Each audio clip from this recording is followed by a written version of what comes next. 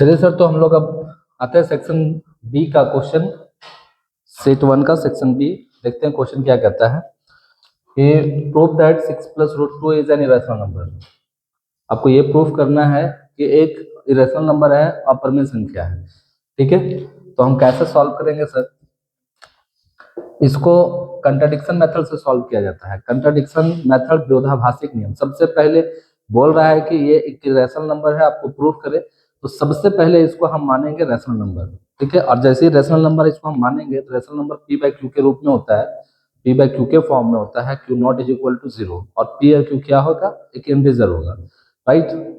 फिर इसको आगे सोल्व करके हम ये दिखा देंगे कि जो हम मान लिए थे, ठीक है, जो हम इरेशनल नंबर इसको प्रूफ करना है, जो हमने रेशनल नंबर माना था, तो वो क्या है? वो गलत है। मतलब जो हम माने हैं वो गलत है, तो सही क्या है?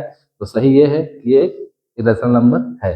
तो इसको हम लोग कंट्राडिक्शन मेथड से जो है सो प्रूफ करते हैं। ठीक है, देखते हैं क्या कहता है कंट्राडिक्शन मेथड। लिखेंगे let 6 plus root 2 is a rational number.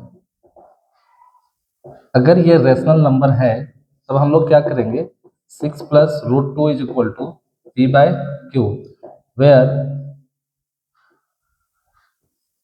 Q not is equal to 0। Q not equal to 0 क्यों होनी चाहिए सर? किसी भी संख्या के नीचे अगर 0 हो तो उसका जो वैल्यू होता है वो अनडिफाइंड हो जाता है।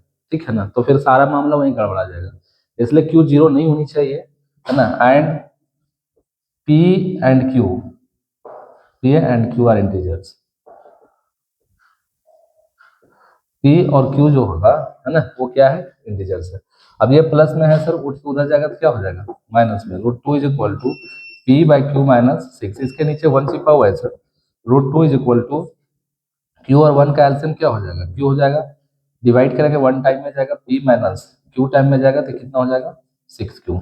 अब यहाँ पे हम लोग देखते हैं कि पी और क्यू क्या है? इंटीजर है। जीरो को छोड़ करके हम कुछ भी बैठा देते हैं यहाँ पे। P is equal to 1, Q is equal to 2, ये समथिंग बैठा देते हैं, तो क्या हो जाता है? 1 minus 6 into 2 by 2। 1 minus 6 two 12 by 2 minus 11 by 2। ये पी बाई क्यू के फॉर्म में है, और ये एक रैशनल नंबर है। क्या है? Rational number. और अगर ये रैशनल नंबर है तो हम लोग पहले इसको जो है सो प्रूफ कर चुके हैं कि रूट 2 क्या है? एक इरेशनल नंबर है। तो कभी भी रैशनल इरेशनल के बराबर नहीं होगा। तो लिखेंगे क्या यहाँ पे? Since p minus 6q by Q is a rational number where as root 2 is an irrational number. So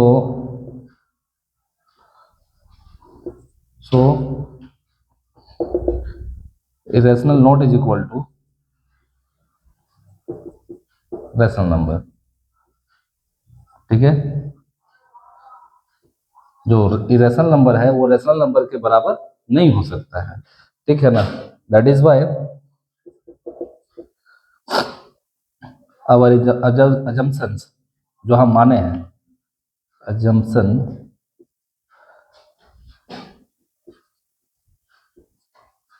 are wrong. हमारा जो एजम्पशंस वो क्या है सर? रॉन्ग है। Our assumptions are wrong. तो सही क्या है? हेंस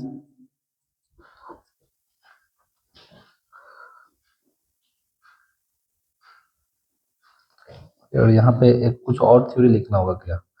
आवर एजम्पशंस से हम लिखेंगे इट इज अ कंट्राडिक्शन, इसको लिख देते हैं, यहाँ पे लिख देते हैं therefore it is a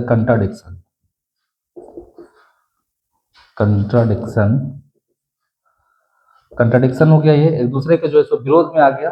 लिखेंगे दैट इज आवर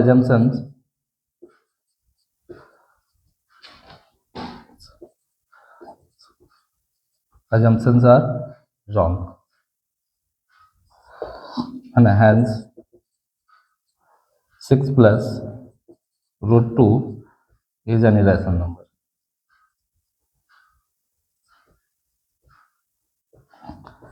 क्या कह रहा है? फिर से एक बार हम लोग देख लेते हैं। प्रूफ करने के लिए बोला कि 6 प्लस रूट 2 एक आपका इरेशनल नंबर है, तो हम सबसे पहले क्या करेंगे, उसको रेशनल नंबर मानेंगे कि 6 + √2 एक रेशनल नंबर है। अगर 6 + √2 एक रेशनल नंबर है तो p बाय q के फॉर्म में होगा, is equal to p by q, where q not is equal to 0 and p and q are integers. So √2 is equal to ये प्लस उधर जाएगा तो minus p by q minus 6, नीचे 1 आपका छिपा हुआ है, q और 1 का एलसीएम q हो जाएगा, और 1 टाइम में चला जाएगा, अच्छा p माइनस ये q टाइम में जाएगा 6q, √2 is equal to p minus 6q by q।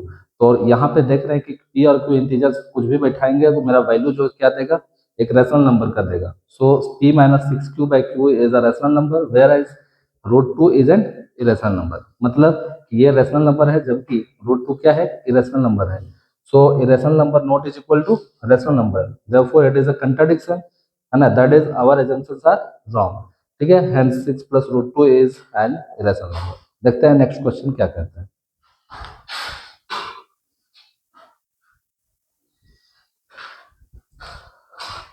Question number 22 देखते हैं क्या कहता है। कहता है कि in the figure A B C D is a parallelogram, B E bisect C D. A B C D एक पैरेललोग्राम है जिसमें बी ई जो है, ये वाला देख लीजिए आप,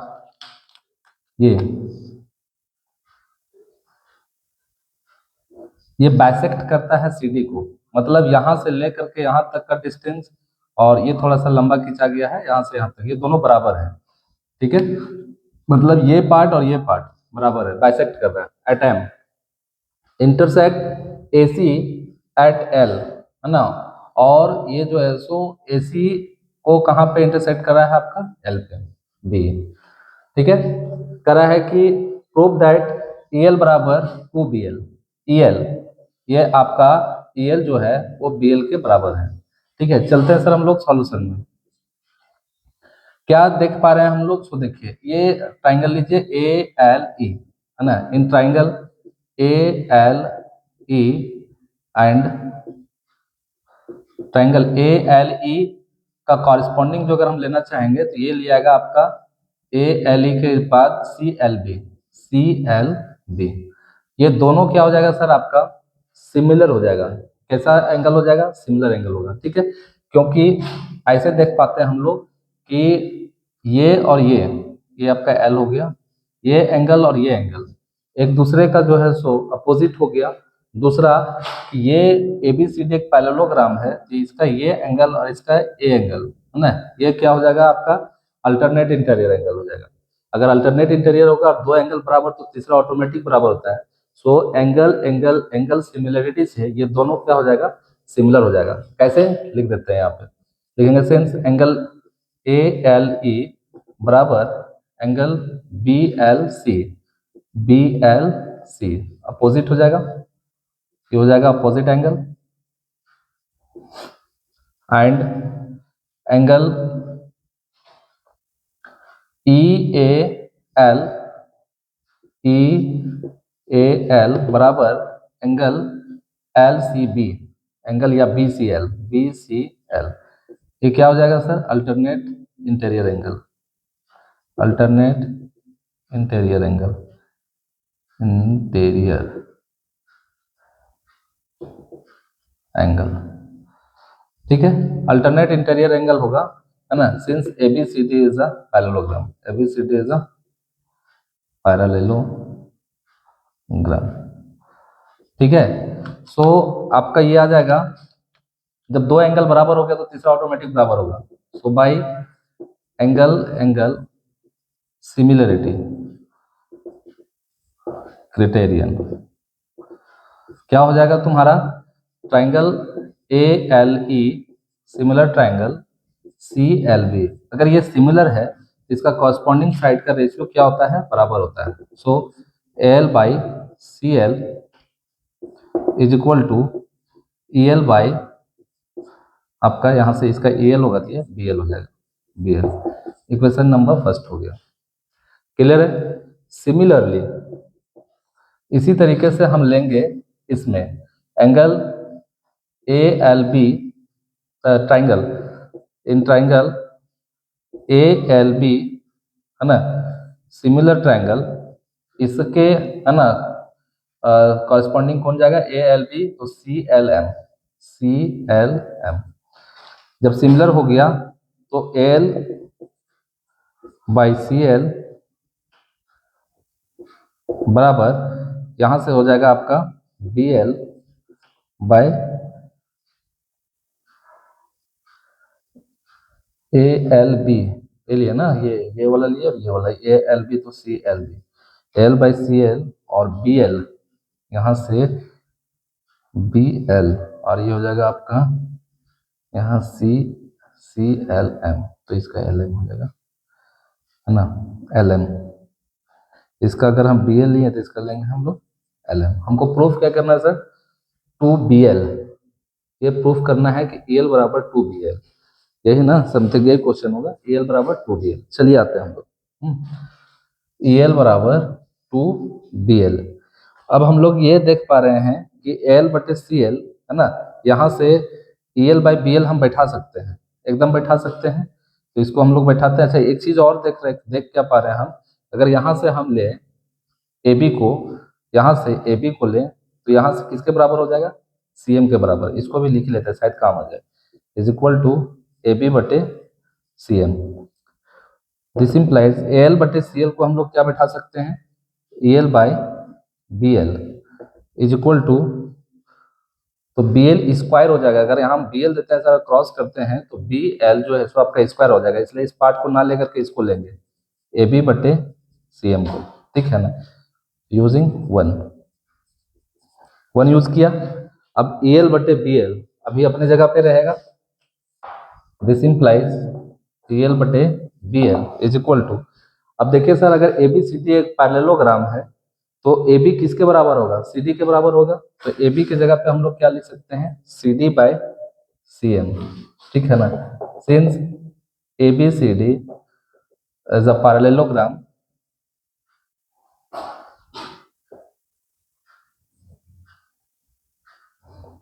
सो अपोजिट साइड इसका क्या होता है, इक्वल होता है, ए बी बराबर सी डी, पैरेललोग्राम का अपोजिट साइड, और ये बराबर हो जाएगा।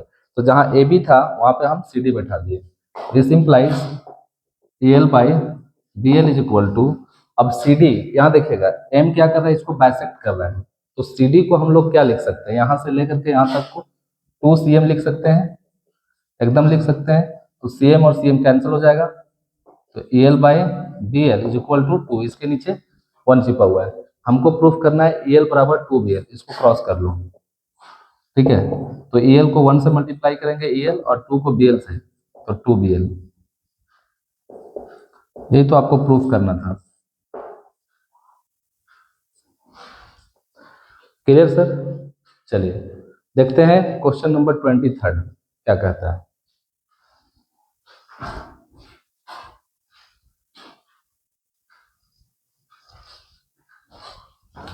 चलिए देखिए सर क्या कहता है क्वेश्चन 23 को, देखिए, in the given figure common tangents A B and C D to two circles intersect at E, ये ए बी और सी डी दोनों का कॉमन टेंजेंट है, जो दोनों एक दूसरे को पॉइंट सी पे क्या कर रहा है, ई पे क्या कर रहा है, इंटरसेक्ट कर रहा है।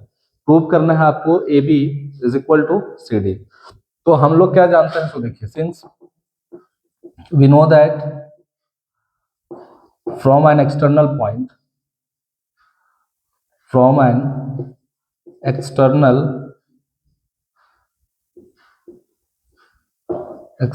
point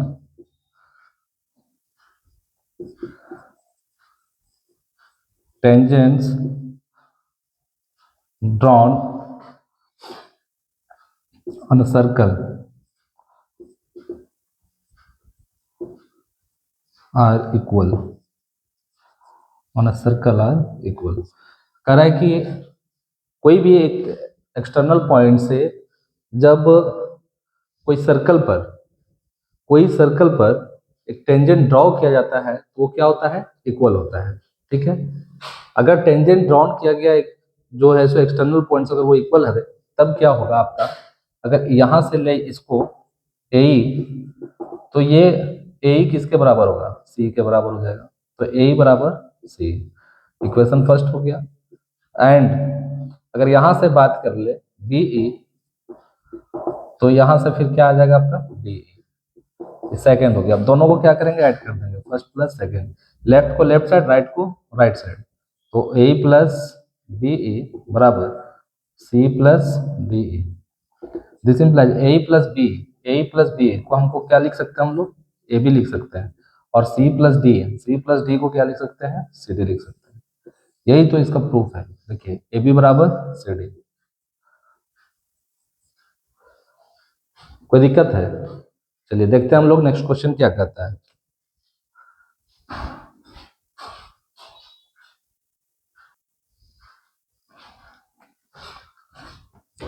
चलिए देखते हैं सर क्वेश्चन क्या कहता है। प्रूव दैट 24 नंबर, बहुत आसान क्वेश्चन है। कर रहा है क्या कि prove that sec A minus tan A का whole square is equal to 1 minus sine A by sine है, 1 minus sine A by sine. तो ये एलएचएस टर्म से हमको आरएचएस टर्म में जाना है। सबसे पहले इस टाइप का ट्रिगोनोमेट्रिक फंक्शन कुछ प्रूफ करने के लिए सबसे पहले हम लोग क्या करेंगे, इसको साइन और कॉस के फॉर्म में चेंज करेंगे, ठीक है ना। तो लिखेंगे LHS is equal to sec A minus tan A का स्क्वायर। ये हो गया आपका एलएचएस पार्ट। इसको सॉल्व कीजिए सर। तो सॉल्व करेंगे तो क्या होगा, देखिएगा पहले सेक थीटा बराबर क्या होता है, 1 बाय कॉस थीटा, तो 1 बाय कॉस ए लिखेंगे और इसको sign A by cos A. सबसे पहला काम क्या होगा मेरा, साइन कॉस के फॉर्म में चेंज कर देना। तो साइन कॉस के फॉर्म में चेंज कर दिया। अब कॉस और कॉस का एलसीएम ले लेंगे, ये हो जाएगा कॉस ए, ये हो जाएगा 1 माइनस साइन ए का स्क्वायर, ये हो जाएगा 1 माइनस साइन ए का square by cos square A. Class 10th में आप लोग पढ़े, 8 में पढ़े होंगे, ए बाई बी का अगर होल स्क्वायर है तो इसको हम लोग तोड़ते हैं तो ए स्क्वायर बाई बी स्क्वायर कर सकते हैं। तो स्क्वायर को मैंने ब्रेक किया, ठीक है। अब यहाँ से हम लोग को प्रूफ करना 1 minus sine A by 1 plus sine A, इसको रहने देते हैं एज इट इज, या फिर इसको दो बार लिख दो, 1 minus sine A into 1 minus sine ए। और यहाँ पे देख लो कॉस स्क्वायर थीटा को हम लोग क्या लिख सकते हैं, 1 माइनस साइन स्क्वायर थीटा, मतलब 1 माइनस साइन स्क्वायर ए, 1 का स्क्वायर चढ़ा सकते हैं हम लोग, ये टूटेगा A square minus B square, तो 1 minus sine A into 1 minus sine A by 1 minus sine A into 1 plus sine A, ठीक है। आपका ये कट गया, बाकी जो बचा वही आपका आरएचएस है, 1 minus sine A by 1 plus sine A, ये देख लो आरएचएस। चलिए सेक्शन बी का जो है सो अंतिम क्वेश्चन पे चलते हैं। एक क्वेश्चन और रह गया, उसके बाद सेक्शन भी आपका क्लियर हो जाएगा।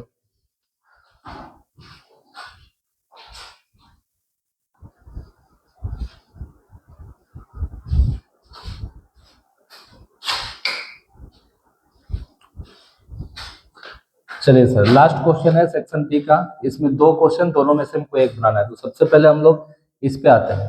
अ horse is tethered to one corner of a rectangular field of dimension 70 metre by 52 metre. इस टाइप का जो है सो आपका एक रेक्टेंगुलर फील्ड है, ठीक है। इस रेक्टेंगुलर फील्ड का जो डायमेंशन दिया हुआ है, ये लेंथ है आपका 70 मीटर, और इसका जो ब्रेथ है वो है आपका 52 मीटर, राइट। करा है by rope of length 21 metre. उसको क्या किया जाता है, इस डायमेंशन के जो है सो रेक्टेंगुलर फील्ड में है ना, घोड़े को जो है सो 21 मीटर की लंबाई वाली रस्सी से बांध दिया जाता है, ठीक है।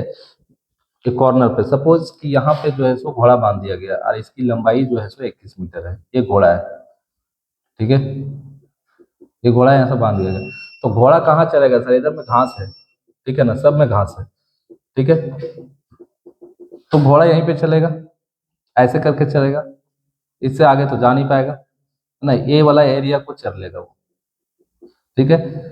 और ये सेंटर होगा सर, ज्यादा से ज्यादा क्या करेगा, घोड़ा यहाँ से चलेगा, जब इसको मूड खराब हो जाएगा तो इधर आकर के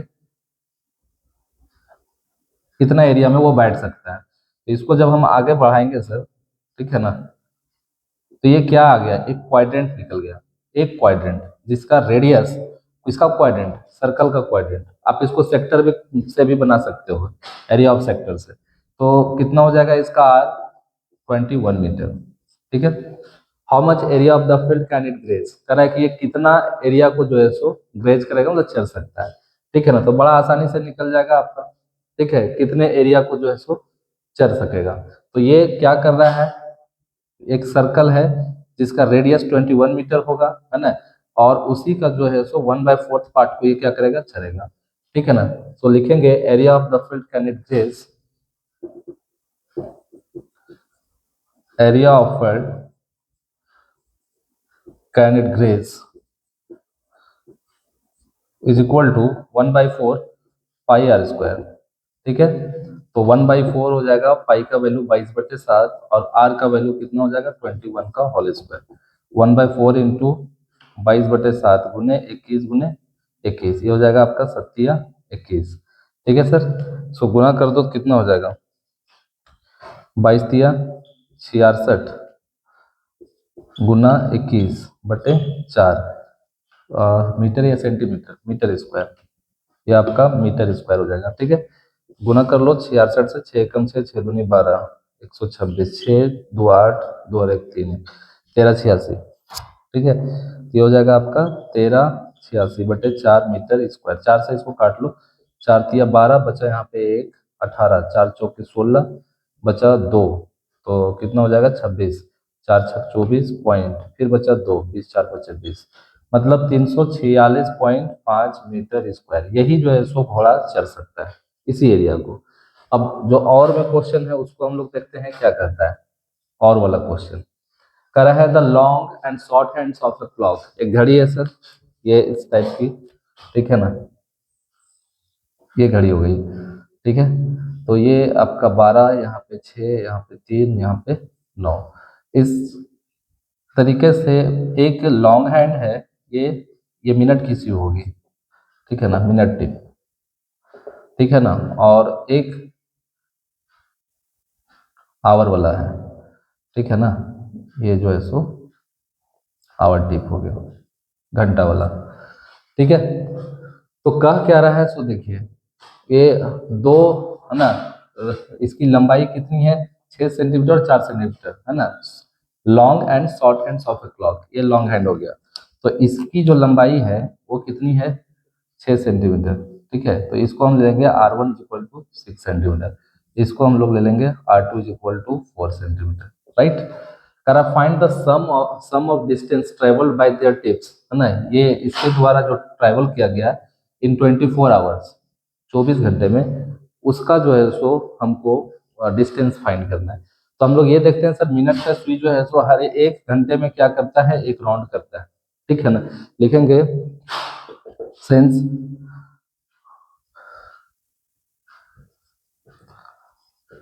minute tip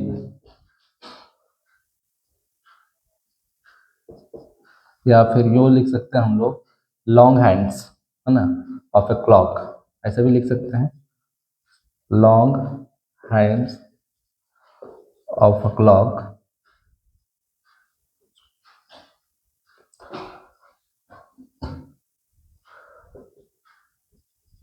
traveled 1 round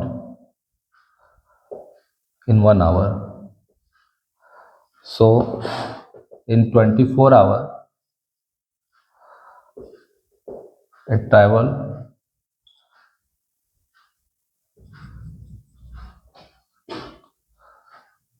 24 round. So distance covered by long hand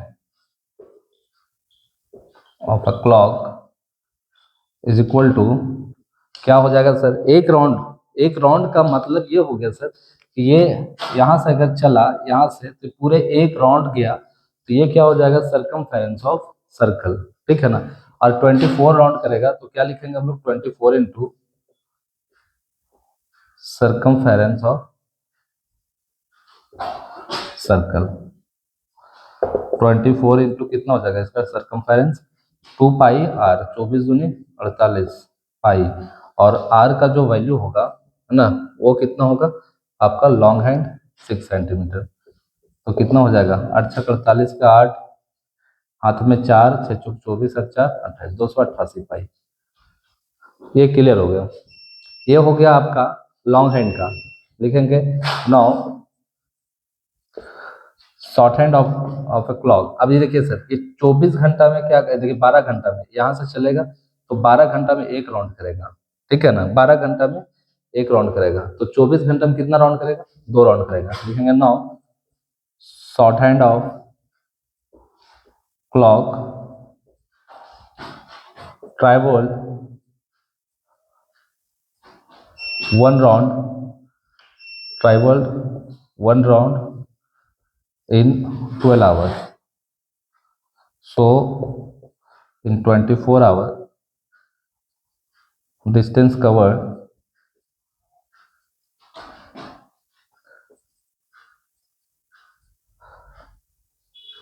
distance covered by shorthand short hand of a clock is equal to, ध्यान दीजिएगा, short hand of a clock travelled one round in 12 hour, ठीक है ना। सो इन 24 our, तो सब 12 घंटा में एक राउंड करेगा, है ना। तो 24 घंटा में कितना करेगा, दो राउंड करेगा। तो दो कह रहा है कि in 24 hour distance covered by short hand of a clock is equal to, दो राउंड करेगा, और उसके बाद जो है सो इसका एक सर्कल का जो सर्कमफेरेंस होगा वो कितना हो जाएगा, 2 पाई आर। तो 2 × 2 पाई आर, तो कितना हो जाएगा ये, 2 × 4 पाई, और आर का वैल्यू इसका कितना है सर, आर मतलब R2, यहाँ पे आप R1 लिख सकते हो और यहाँ पे आप R2, ठीक है ना। तो R2 कितना हो गया, 4, तो कितना हो जाएगा, 4 चौके 16 पाई, ठीक है। ये 16 पाई हो गया, वो 288 पाई हो गया, है ना। तो टोटल डिस्टेंस कितना हो जाएगा, देयरफॉर टोटल सम ऑफ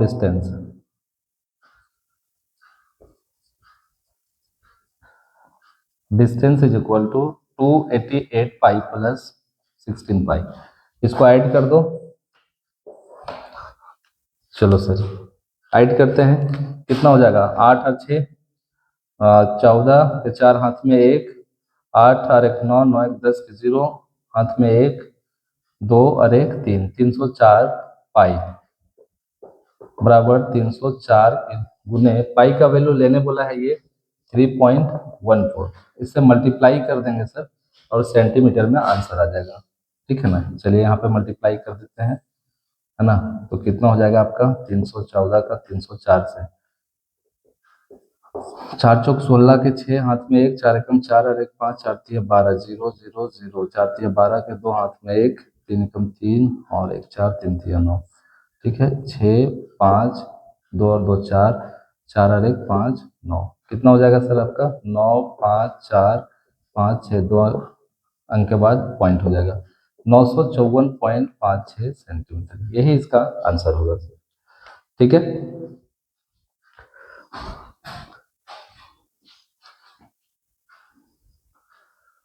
चलिए तो अब हम लोग बात करेंगे सेक्शन बी का, तो सेक्शन बी कंप्लीट हो गया। अब हम लोग स्टार्ट करेंगे सर सेक्शन सी, ठीक है। तो सेक्शन सी क्या कहता है, ठीक है। ये सेक्शन बी का जो है सो जितना भी क्वेश्चन था थॉरली कंप्लीट हो गया। अब हम लोग स्टार्ट करेंगे सेक्शन सी। तो सेक्शन सी क्या कहता है, आते हैं अगला वीडियो में सर, अगले क्लास में लेकर के आते हैं, ठीक है।